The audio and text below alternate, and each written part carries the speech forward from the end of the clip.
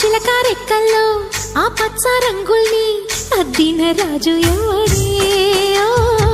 నిన్నాగో పడికెల్లో ఆ విష్ణు పాదాలు దిద్దిన మాయా దేవుడే.